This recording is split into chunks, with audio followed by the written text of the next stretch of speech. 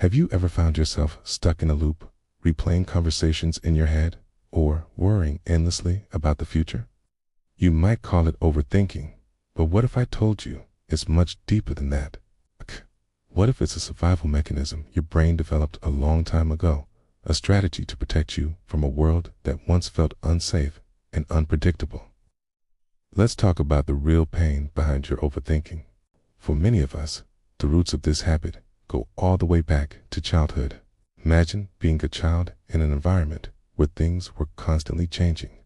Maybe a parent's mood was like a roller coaster, warm one minute and distant the next. Or perhaps the rules were always shifting, leaving you unsure of what was expected. In these situations, a child's world feels chaotic. There's no solid ground to stand on, no sense of stability. To cope with this uncertainty, a child's brilliant little mind starts working overtime. It thinks, if I can just figure out the pattern, if I can anticipate every possible outcome, if I can analyze every word and every action, maybe I can prevent the bad things from happening. Maybe I can keep myself safe. This is the birth of overthinking. It's not a flaw in your personality. It's your inner child's desperate attempt to create order out of chaos, to build a fortress of thoughts, to protect a vulnerable heart. So, when you find yourself analyzing a text message for hours, you're not just being neurotic. You're reenacting an old strategy.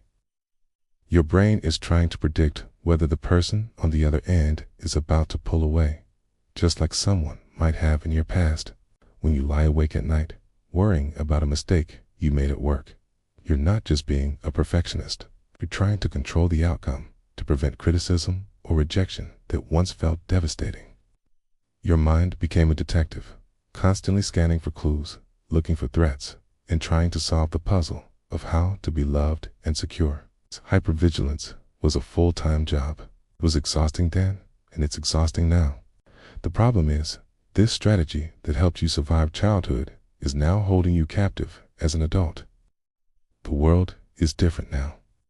You have more control, more agency, and more power than you did as a child. But your brain is still running the old software. The first step to breaking free is compassion. Instead of getting angry at yourself for overthinking, try to see it for what it is, a sign of old pain. It's your younger self, still trying to protect you. So, when that familiar spiral of thoughts begins, you can gently say to yourself, I see you. I see you're scared and trying to keep us safe. Thank you. But I'm an adult now. I can handle this. This is about acknowledging the wound without letting it define your present. Think about it. As a child, you couldn't just walk away from a volatile situation. You couldn't reason with an unpredictable adult. Your only refuge was your own mind. You retreated inward, creating complex scenarios and escape plans in your head. It was the only place you had any control.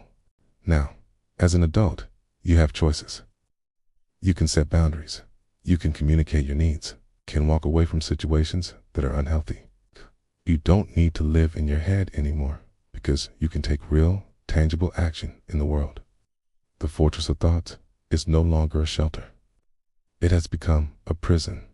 It keeps you from being present, from enjoying the moment, from connecting authentically with others. So how do we start to dismantle this fortress, brick by brick? One powerful tool is mindfulness. Mindfulness is the practice of bringing your attention to the present moment without judgment.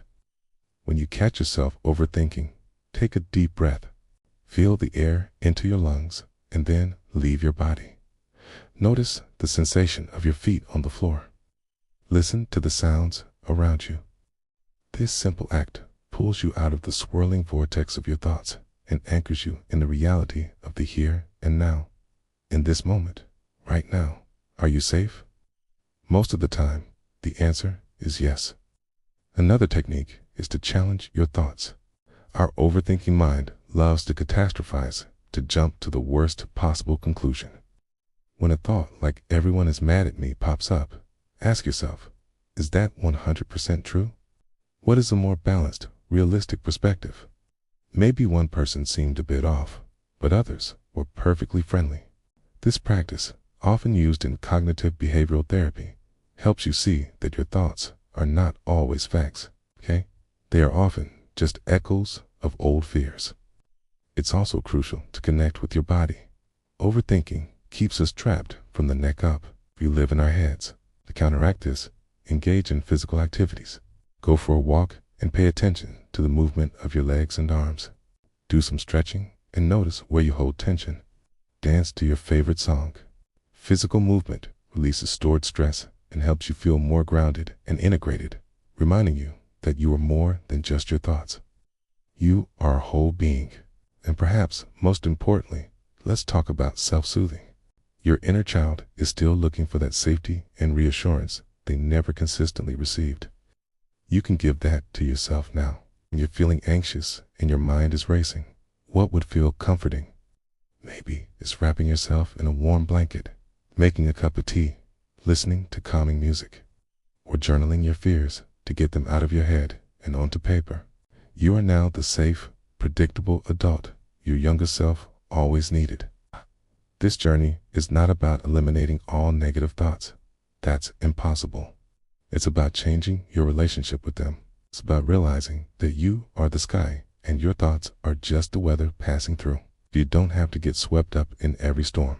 If you find that this pattern of overthinking is deeply entrenched and causing significant distress in your life, it's a sign of strength, not weakness, to seek professional help. A therapist can provide you with a safe space to explore these childhood wounds and develop personalized strategies for healing. There is absolutely no shame in needing support. It's a courageous step towards a freer, more peaceful life. Remember, resources are available. You can look up mental health services in your area or call a helpline if you're feeling overwhelmed. Healing the pain behind overthinking is a process of reparenting yourself with the patience, compassion, and stability you may have missed out on. It's about gently guiding your inner protector and letting it know that the war is over. You survived, okay? And now it's time to learn how to live, not just survive. It's time to step out of the fortress of your mind and into the beautiful, imperfect reality of your life. Thank you so much for spending this time with me today. If this resonated with you, please consider liking this video and subscribing for more content on healing and personal growth. Your journey matters, and you are not alone.